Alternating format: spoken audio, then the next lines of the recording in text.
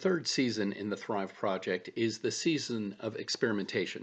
Having discerned God's call upon our life together, we now must figure out how to do what God is calling us to do.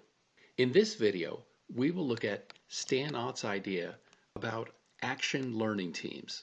Stan Ott is the founder of Vital Church Institute, and Stan has an idea about action learning teams, which I think of as the mad scientist of the church.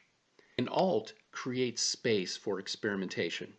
It is 4 to 8 people willing to learn and then share their results with leadership and the congregation. It is 4 to 8 people willing to discern what God is doing and remain open to where the Spirit is leading. People who serve on an alt team bring faith and a heart for God. They know something about ministry but remain open to learning more.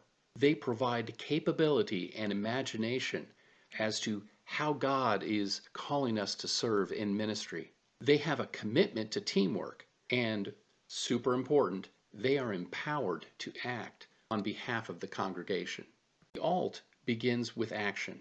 The objective is action, not discussion, not a proposal.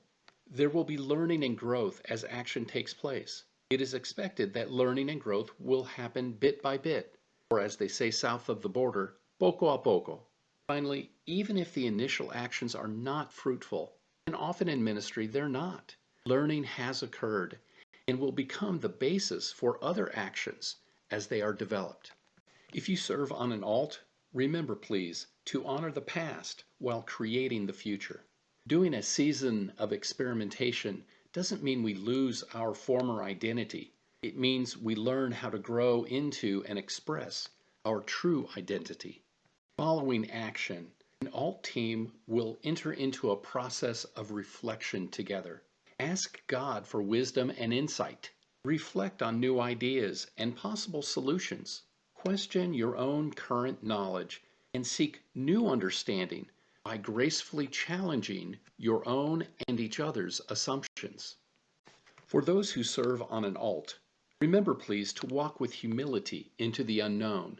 A closed hand cannot reach out, and a closed mind cannot receive the work of the Holy Spirit. The third phase for an action learning team is learning. To reflect together and then discuss together and codify what are we learning. How might the actions we've taken be changed or perhaps be tried in a new setting? What are the implications of our experience for our congregation, for our congregation's missional identity, and implications for how we are to move forward in faith for the sake of Jesus Christ? The questions that an action learning team wrestles with are more adaptive than they are technical. Rather than worrying about what knowledge do we need to have or what skill do we need to develop, it's more about the adaptive challenge. What do we need to learn to follow Jesus more faithfully? Who do we need to become to follow Jesus more faithfully? To wrestle with, hey, we're not the church that we used to be. We're not our grandfathers and grandmothers' church of Ike's America. We're the church of the 21st century. So what does faithfulness to Jesus look like today? Every action learning team needs a coach. The coach can be within the congregation or recruited from beyond the congregation. The coach's job is to observe and facilitate. The coach ensures open, fair, and transparent process. The coach ensures adequate time to talk for each member and keeps the process moving forward so it doesn't get bogged down in discussion for the sake of discussion.